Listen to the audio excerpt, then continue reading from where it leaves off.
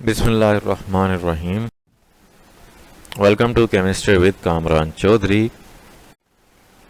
तो बच्चों, आज के लेक्चर में ना हम लोग एक बहुत ही इम्पॉर्टेंट टॉपिक को एक्सप्लेन करने जा रहे हैं, विच इज़ पेपर क्रोमेटोग्राफी।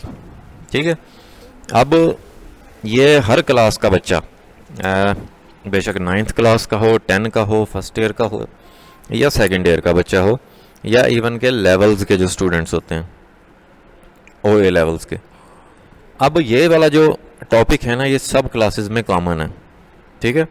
और इस टॉपिक को ना समझने में बहुत सारे स्टूडेंट्स को प्रॉब्लम होती है। तो आप लोगों के काफ़ी सारे मैसेजेस आ रहे थे कि सर पेपर क्रोमेटोग्राफी पे एक लेक्चर बना दे। तो आप लोगों ने ये लेक्चर कंप्लीट देखना है। होपफुली जब आप ये लेक्चर कंप्लीट देख लेंगे तो आपको क्रोमेटोग्राफी और पेपर क्रोमेटोग्राफी जो होती है उसमें कभी भी कोई प्रॉब्लम नहीं आने वाली। ठीक है।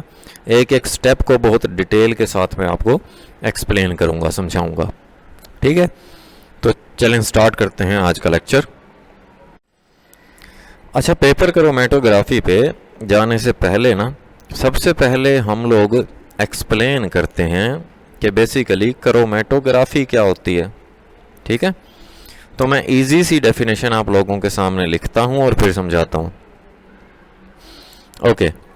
सो क्रोमेटोग्राफी को आप कुछ इस तरह से डिफाइन करते हो कि chromatography is A scientific method for separating the components found in a mixture. अच्छा देखो, इस डेफिनेशन में ना आपको एक कंपोनेंट का वर्ड यूज हो रहा है।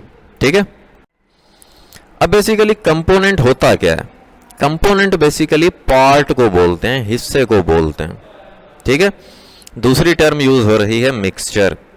ठीक है। मतलब किसी भी मिक्सचर में मौजूद उसके कंपोनेंट्स को अलग करना, इसको हम क्या बोलते हैं? क्रोमेटोग्राफी बोलते हैं। ठीक हो गया। कंपोनेंट का मैंने आपको क्या बताया? कंपोनेंट का मतलब होता है हिस्सा, पार्ट। अब जैसे देखो ना, हम इंसान हैं, हमारी ये जो आंख है इसको आप कह सकते हो कि it is the component of our body. फिर इसी तरह नोज है, नोज को आप कह सकते हो कि nose is a component, nose is a part of body. ठीक है। देखो, जब आप मिक्सचर की बात करते हो ना, तो ऑटोमेटिकली आपको पता चल जाना चाहिए कि जब दो या दो से ज़्यादा चीज़ों को कंबाइन किया गया हो तो वो फिर क्या बना देते हैं?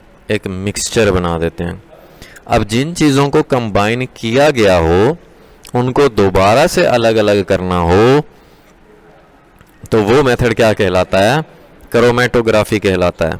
ठीक हो गया। अगर अभी भी समझ नहीं आया तो एक और एग्जांपल दे देता हूं। जैसे देखो, आप दो कलर्स को मिक्स करो, जैसा कि एक ब्लैक कलर लो और एक वाइट कलर लो। जब आप ब्लैक और वाइट कलर को मिक्स कर दोगे तो वो एक मिक्सचर बन जाएगा। ठीक है। अब वो मिक्सचर कौन से कलर का होगा?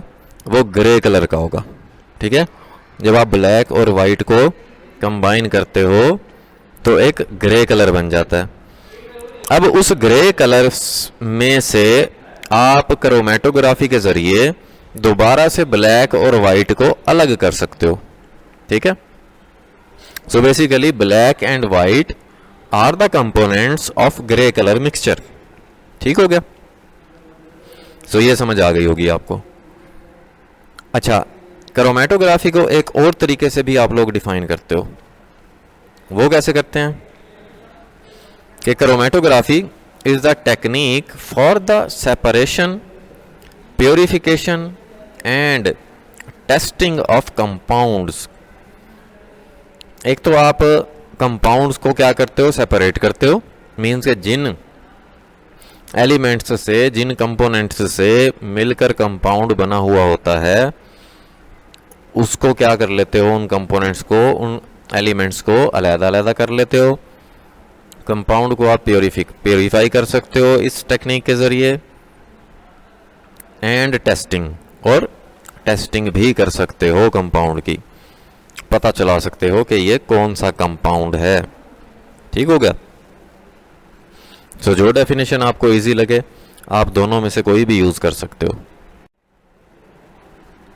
अब हम चलते हैं अपने टॉपिक की तरफ, विच इज़ पेपर क्रोमेटोग्राफी। ठीक है, ये पेपर क्रोमेटोग्राफी की एक टाइप है जो कि सिंपलेस्ट टाइप है। ठीक है, सो सबसे पहले हम लोग इसको डिफाइन कर लेते हैं और फिर कैसे करते हैं हम paper chromatography, step by step सीखेंगे। Paper chromatography is a simple and inexpensive technique. एक तो सादा है और दूसरी महंगी टेक्निक नहीं है। Used to separate substances dissolved in a liquid. कोई भी सब्सटेंस जो कि लिक्विड में डिसॉल्व हो गया है, उस सब्सटेंस को उसके कंपोनेंट्स में डिवाइड करने वाली जो टेक्निक है, मतलब ऐसा सब्सटेंस जो कि लिक्विड में डिसॉल्व हुआ है और आपने उस सब्सटेंस के कंपोनेंट्स अलग-अलग करने हैं, तो कौन सी टेक्निक आप यूज़ करते हो? Paper chromatography. ये सादा टेक्निक है और इनएक्सपेंसिव है, महंगी टेक्निक नहीं है। बहुत ज़्यादा आपको महंगी चीज़ें लेने की ज़रूरत नहीं है। ठीक है, सिंपल सा सेटअप होता है। ये साथ आपको डायग्राम नज़र आ रही होगी, ये डिटेल में हम एक एक चीज़ डिस्कस करते हैं। ठीक हो गया। सो आ जाते हैं हम लोग स्टेप्स पे। तो बच्चों पहला स्टेप आपने क्या करना होता है? Setup chromatography paper as shown. एक आपने फिल्टर पेपर ले लेना है। ठीक है, ये आपको एक जो पेपर नज़र आ रहा है, ये सिंपल सा एक फिल्टर पेपर है जिसको आपने अकॉर्डिंगली काट लिया, इसको कट कर लिया। ठीक है, लंबाई चौड़ाई का ख्याल रखते हुए आपने इसको कट कर लिया। तो इस पेपर को आप क्या बोल रहे हो? क्रोमेटोग्राफी पेपर बोल रहे हो। फिर आपने क्या किया, इस पेपर पे ना यहाँ पे एक आपने पेंसिल से लाइन ड्रॉ कर दी। ये देखो, जैसे line drawn in pencil, pencil से आपने एक लाइन ड्रॉ कर दी यहाँ पे। ठीक है, अच्छा, उसके बाद black ink substance to be tested. यहाँ पे आपने ऐसा सब्सटेंस रख दिया, मतलब उसका स्पॉट बना दिया जिसको आपने टेस्ट करना है। ठीक है, और यहाँ पे हमारे पास कौन सी इंक है? ब्लैक इंक है। ठीक है, यहाँ पे आपने ये 3 कलर्स और यहाँ पे 3 और कलर्स के आपने स्पॉट बना दिए जिनको आप बोल रहे हो रेफरेंस मटेरियल। क्यों बोल रहे हो रेफरेंस मटेरियल? ये मैं अभी आपको आगे समझाता हूँ। ठीक है, अभी फिलहाल आपने क्या किया, क्रोमेटोग्राफी पेपर ले लिया जिसको आप फिल्टर पेपर बोल रहे हो, पेंसिल से एक लाइन ड्रॉ कर ली और यहाँ पे आपने उस सब्सटेंस का स्पॉट लगा दिया जिसको आपने टेस्ट करना है। ठीक है, और साथ आपने ये 3 कलर्स जो कि आप रेफरेंस मटेरियल के तौर पे इस्तेमाल करेंगे, उनके भी स्पॉट्स यहाँ पे आपने बना दिए। ठीक हो गया। फिर सेकंड स्टेप में क्या किया आपने, lower paper into a beaker with appropriate solvent. देखो, एक आपने यहाँ पे बीकर ले लिया, ये आपको बीकर नजर आ रहा है, इसमें आपने सॉल्वेंट ले लिया। ठीक है, अच्छा, अब इस आपने फिल्टर पेपर को जो आपने बनाया था, इसको आपने इतना डिप करना है इस सॉल्वेंट में, ठीक है, कि आपने ये जो पेंसिल से लाइन लगाई थी ना, ये इस सॉल्वेंट के अंदर ना जाए। ठीक है, इसको जो है आपने बाहर रखना है। और ये जो आपने सब्सटेंसेस के स्पॉट लगाए थे, धब्बे लगाए थे, इनको भी आपने सॉल्वेंट से बाहर रखना है। ठीक है, इन्होंने ना ये सॉल्वेंट के अंदर नहीं डिप कर देना, सिर्फ ये जो पेपर था क्रोमेटोग्राफी पेपर, इसको थोड़ा सा डिप करना है आपने सॉल्वेंट में। ठीक हो गया, यहाँ पे आप कोई भी सॉल्वेंट यूज कर सकते हो। सही है, सॉल्वेंट क्या होता है बेसिकली, मतलब जिसमें सॉल्यूट डिज़ोल्व हो जाए। जैसे देखो एक सोल्यूशन होता है ना, सोल्यूशन के ना बेसिकली दो कंपोनेंट होते हैं, दो पार्ट्स होते हैं, एक सॉल्यूट होता है, एक सॉल्वेंट होता है। सॉल्यूट वो सब्सटेंस होता है जो कि कम मिकदार में होता है, सॉल्वेंट वो सब्सटेंस होता है जो कि ज़्यादा मिकदार में होता है।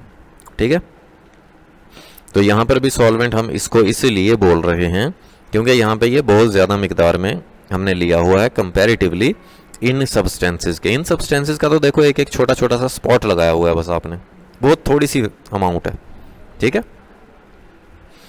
सो सेकंड स्टेप भी क्लियर हो गया कि आपने ये जो क्रोमेटोग्राफी पेपर है कि आपने डिप कर देना है सॉल्वेंट में।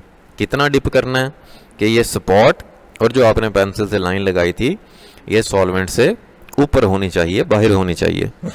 ठीक हो गया। अच्छा, फिर अब आगे क्या होगा? Wait for solvent to travel up the paper. अब ये पेपर इस सॉल्वेंट को एब्जॉर्ब करेगा और ये सॉल्वेंट जो है ना ये ऊपर की तरफ मूव करना स्टार्ट कर देगा, क्योंकि देखो पेपर हमारा तो ड्राई था पहले। ठीक है, ये जो पूरा पेपर है ये क्या है? ये ड्राई है। ठीक, तो फिर होगा क्या? कैपिलरी एक्शन की वजह से ये जो सॉल्वेंट है ये ऊपर की तरफ मूव करना स्टार्ट कर देगा। क्यों करना स्टार्ट कर देगा? क्योंकि ये फिल्टर पेपर में एब्जॉर्ब होगा। ठीक है, और ये फिर सॉल्वेंट ऊपर की तरफ मूव करना स्टार्ट कर देगा due to the capillary action. Capillary action basically क्या होता है? सपोज एक ट्यूब है, उस ट्यूब में लिक्विड का जो मूव करना होता है, मतलब लिक्विड की मूवमेंट, किसी भी ट्यूब में लिक्विड की मूवमेंट को हम लोग क्या बोलते हैं?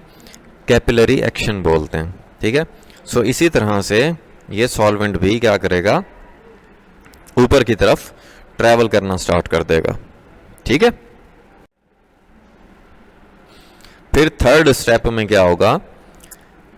जब ये जो सॉल्वेंट था बीकर के अंदर ऊपर की तरफ मूव करना स्टार्ट करेगा, तो देखो कॉर्नर पे हमने, यहाँ पे हमने इस लाइन पे, जो कि पेंसिल से हमने लाइन ड्रॉ की थी, यहाँ पे हमने ब्लैक इंक का स्पॉट बनाया था।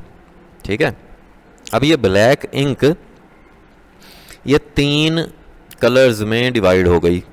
ठीक है, कौन कौन से? ब्लू, येलो और रेड। ठीक है, ये उस ब्लैक इंक में से निकलकर ऊपर की तरफ ट्रैवल करना स्टार्ट हुए। तो देखो सबसे ज़्यादा डिस्टेंस ब्लू ने कवर किया हुआ है, उससे कम डिस्टेंस येलो ने कवर किया हुआ है, उससे कम डिस्टेंस रेड ने कवर किया हुआ है। ठीक है, अच्छा अब देखो यहाँ पे हमने बेसिकली यही 3 कलर्स लिए थे। ठीक है, क्योंकि हमें पहले से पता था कि हमने रेफरेंस जो कलर्स लेने हैं, रेफरेंस कलर्स के जो स्पॉट बनाने हैं वो ब्लू, येलो और रेड होंगे। अब इस वजह से हमने ये रेफरेंस स्पॉट्स बनाए थे। अब देखो जो रेफरेंस आपने स्पॉट बनाए थे उसका रेड और इस ब्लैक इंक का रेड देखो सेम लेवल पे हैं। ठीक है, इट मीन्स कि ये वाला जो ब्लैक इंक का जो कंपोनेंट है ये भी क्या है? रेड है। ठीक है, फिर इसी तरह से ब्लैक इंक का जो सेकंड कंपोनेंट है विच इज येलो, वो भी देखो रेफरेंस के तौर पे लिया हुआ स्पॉट के बिल्कुल लेवल पर है। तो इट मीन्स कि एक ब्लैक इंक का कंपोनेंट येलो है। ठीक है, फिर इसी तरह से जो तीसरा कंपोनेंट मिला हमें विच इज ब्लू, ठीक है, जो कि रेफरेंस के तौर पर लिए गए ब्लू कलर के बिल्कुल सेम लेवल पर है। इट मीन्स कि ब्लू, येलो और रेड को जब आप कंबाइन करोगे तो एक डार्क कलर बनेगा जिसको आप ब्लैक इंक बोल रहे थे। ठीक हो गया। सो इस तरह से हमने उस ब्लैक इंक को, जो डार्क इंक थी, हमने उसको डिवाइड कर लिया इनटू इट्स 3 कंपोनेंट्स। हमें पता चल गया कि ये जो ब्लैक स्पॉट हमने लगाया था ये 3 कंपोनेंट्स से मिलकर बना था, और उसमें कौन कौन से कंपोनेंट्स हैं? रेड है, येलो है और ब्लू है। ठीक है, सो इस तरह से हमने बेसिकली एक मिक्सचर को कंपोनेंट्स में उसके ब्रेक डाउन कर लिया, डिवाइड कर लिया, अलहदा कर लिए उसके कंपोनेंट्स। ठीक हो गया। सो ये बेसिकली मेथड है क्रोमेटोग्राफी का, विच इज पेपर क्रोमेटोग्राफी। ठीक है, अब ये जो सारा काम हमने किया, इससे हम कुछ कंक्लूड कर सकते हैं, कुछ कंक्लूजन्स निकाल सकते हैं। वो क्या हैं वो देख लेते हैं। Pure substances will produce only one spot on the chromatogram. अब देखो, ये जो आपने रेफरेंस कलर्स लिए थे, रेड, ब्लू और येलो, देखो रेड भला रेड के ऊपर या नीचे कोई और कंपोनेंट है? नहीं है। इट मीन्स ये जो आपने रेड कलर लिया था ना, ये बिल्कुल प्योर है। फिर इसी तरह ब्लू कलर के भी ऊपर और नीचे देखो कोई कंपोनेंट नहीं है, सिर्फ ब्लू ही नजर आ रहा है आपको, तो इट मीन्स कि ये भी प्योर ब्लू था। येलो के ऊपर नीचे देखो, येलो भी किसी भी कंपोनेंट में डिवाइड नहीं हुआ। ठीक है, तो इट मीन्स कि येलो भी एक प्योर सब्सटेंस था। ठीक है, प्योर कलर था। लेकिन यहां पे ये जो ब्लैक इंक आपने यूज की थी, ब्लैक इंक का स्पॉट, वो डिवाइड हो गया 3 डिफरेंट कलर्स में, 3 कंपोनेंट्स में। ठीक है, जैसे यहां पे लिखा हुआ है, impure substances will produce more than one spot on the chromatogram. ये जो ब्लैक इंक थी, उसने क्रोमेटोग्राम पे, इस पेपर पे 3 स्पॉट्स बनाए। इट मीन्स कि that black ink will be the mixture of 3 substances. ठीक है, या 3 कलर्स। ये चीज क्लियर हो गई। If 2 or more substances are the same, they will produce identical chromatograms. अच्छा देखो, अगर तो यहां पे आपने जैसे इस लाइन पे आपने ब्लैक इंक ली थी ना, वही ब्लैक इंक आप थोड़ा आगे करके यहां पे भी अगर आप उसका स्पॉट बना देते, तो दूसरा जो स्पॉट बनाते आप ब्लैक इंक का, वो भी इन 3 कंपोनेंट्स में डिवाइड हो जाता। ठीक है, यही 3 कंपोनेंट्स आपको मिलने थे। ठीक है, अगर आप 2 बार स्पॉट लगा देते ब्लैक इंक का। ठीक हो गया। If the substance is a mixture, it will separate on the paper to show all the different components as separate spots.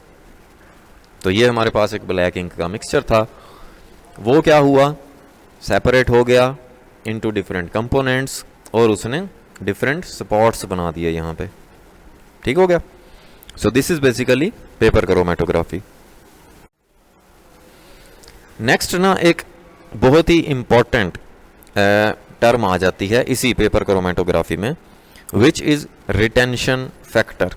ठीक है, रिटेंशन फैक्टर या आरएफ फैक्टर या आरएफ वैल्यू भी बोलते हैं इसको। ठीक हो गया। ये क्या होता है? The RF value of a compound is equal to the distance travelled by the compound divided by the distance travelled by the solvent front, both measured from the origin. अच्छा, ओरिजिन क्या है? सबसे पहले तो ओरिजिन का मैं बता दूं आपको। ओरिजिन है ये वाली लाइन, ठीक है, जो कि आपने पेंसिल से ड्रॉ की थी। और मैंने आपको शुरू में बताया ना कि सॉल्वेंट ऊपर की तरफ ट्रेवल करना स्टार्ट करेगा। ठीक है, तो जितना सॉल्वेंट ट्रेवल करता है, ठीक है, क्रोमेटोग्राम के ऊपर, उसको हम लोगों ने मेंशन कर दिया कि डिस्टेंस ट्रेवल्ड बाय सॉल्वेंट। ठीक है, और जितना ये जो कलर्स, जो स्पॉट्स बने थे क्रोमेटोग्राम पे, वहां तक जो डिस्टेंस कवर होता है उसको हम बोल देते हैं डिस्टेंस ट्रैवल्ड बाय सब्सटेंस। ठीक है, तो जैसे हमारे केस में 3 कलर्स बने, रेड, ब्लू और येलो। ठीक है, तो रेड ने जितना डिस्टेंस कवर किया उसको अलग से हम बोल देंगे कि distance travelled by the substance. फिर इसी तरह से ब्लू और येलो के लिए भी अलग अलग से बोल सकते हैं। ओके, सो जब हम कंपाउंड के ट्रेवल्ड डिस्टेंस को डिवाइड कर देंगे किससे? Distance travelled by the solvent से, सो उस वक्त जो वैल्यू आएगी आपकी उसको हम बोलते हैं रिटेंशन फैक्टर। ठीक है, RF is equal to distance travelled by the compound divided by distance travelled by the solvent. ठीक हो गया। सो यहां तक ये समझ आ गया होगा रिटेंशन फैक्टर क्या होता है। अब हम लोग फाइंड कर लेते हैं रिटेंशन फैक्टर को बेसिकली इसी डायग्राम की मदद से जो कि यहाँ पे मैंने आपको शो की है। ठीक है, अब देखो ऊपर क्या है, distance travelled by the compound. यहाँ पे हमारे केस में distance travelled by the compound कितना है, 3 सेंटीमीटर। ठीक है, तो ये देखो 3 सेंटीमीटर है। ठीक, सो ऊपर 3 आ जाएगा। और डिस्टेंस ट्रेवल्ड बाय सॉल्वेंट वो कितना है, देखो 6 सेंटीमीटर। ठीक है, ये आपको नजर आ रहा है। तो नीचे आ गया 6 सेंटीमीटर। सेंटीमीटर से सेंटीमीटर कैंसिल, 3 को जब आप 6 से डिवाइड करते हो तो आंसर कितना आता है, 0.5। ठीक है, रिटेंशन फैक्टर की वैल्यू हमेशा याद रखना, मैक्सिमम 1 हो सकती है, 1 से ज्यादा नहीं हो सकती। 1 से हमेशा कम होगी, या 1 होगी या 1 से कम होगी। ठीक है, तो इस तरह से बेसिकली हम लोग रिटेंशन फैक्टर फाइंड आउट कर लेते हैं। अब सवाल यहाँ पे आपके माइंड में ये आ रहा होगा कि भाई हम ये रिटेंशन फैक्टर फाइंड करते ही क्यों हैं। ठीक है, तो इसका सिंपल सा आंसर है बच्चों कि रिटेंशन फैक्टर हम लोग इसीलिए फाइंड करते हैं to identify the components, to identify the substances. For example हमने ऑलरेडी बहुत सारे एक्सपेरिमेंट्स करने के बाद हमने रेड स्पॉट का रिटेंशन फैक्टर फाइंड आउट किया हुआ है बाय यूजिंग स्पेसिफिक सॉल्वेंट। ठीक है, सो अगर आप में से कोई भी स्टूडेंट जो है ये पेपर क्रोमेटोग्राफी का एक्सपेरिमेंट करता है और उसके पास जो रेड स्पॉट है, ठीक है, उसका रिटेंशन फैक्टर फाइंड आउट करने के लिए कहा जाता है। तो जब वो रिटेंशन फैक्टर फाइंड आउट करेगा तो हम ऑलरेडी फाइंडेड रिटेंशन फैक्टर से उसको कंपेयर कर लेंगे कि वाकई आपका जो ये कलर है, ये स्पॉट है, ये रेड है या नहीं है। ठीक है, फिर दूसरी बात यहाँ पे मैं आपको ये चीज़ क्लियर कर दूं कि ये रिटेंशन फैक्टर ना इस सॉल्वेंट के ऊपर भी डिपेंड करता है। ये जो जिस सॉल्वेंट के अंदर आपने बेसिकली इस क्रोमेटोग्राम को डिप किया था। ठीक है, हाँ, बार बार अगर आप सेम सॉल्वेंट यूज कर रहे हो, सेम एक्सपेरिमेंट रिपीट कर रहे हो, तो रिटेंशन फैक्टर की वैल्यू चेंज नहीं होगी। ठीक है, अगर आपने सॉल्वेंट चेंज कर दिया ना, तब फिर रिटेंशन फैक्टर की वैल्यू चेंज हो सकती है।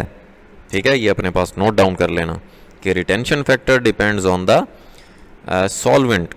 ठीक है, सॉल्वेंट पे ज़रूर डिपेंड करता है। एक सॉल्वेंट को लेकर, सेम सॉल्वेंट को लेकर सेम स्पॉटिंग करके क्रोमेटोग्राम के ऊपर आप बार बार एक्सपेरिमेंट रिपीट कर रहे हो तो रिटेंशन फैक्टर की वैल्यू चेंज नहीं होनी चाहिए। लेकिन अगर आप सॉल्वेंट को तब्दील कर देते हो फिर रिटेंशन फैक्टर की वैल्यू कम ज़्यादा हो सकती है। ठीक है, तो बच्चों ये तो था आपका लेक्चर पेपर क्रोमेटोग्राफी का। होपफुली आपको बहुत अच्छे से क्लियर हो गया होगा, एक एक चीज़ समझा दिया आपको आसान वर्डिंग में। ठीक है, वीडियो पसंद आई है तो चैनल को सब्सक्राइब ज़रूर कर दिया करो यार, वीडियो को लाइक और शेयर कर दिया करें अपने फ्रेंड सर्कल में ताकि दूजियां दा भी भला हो जाए। ठीक है, सो ख्याल रखना अपना, टेक केयर, अल्लाह हाफिज़।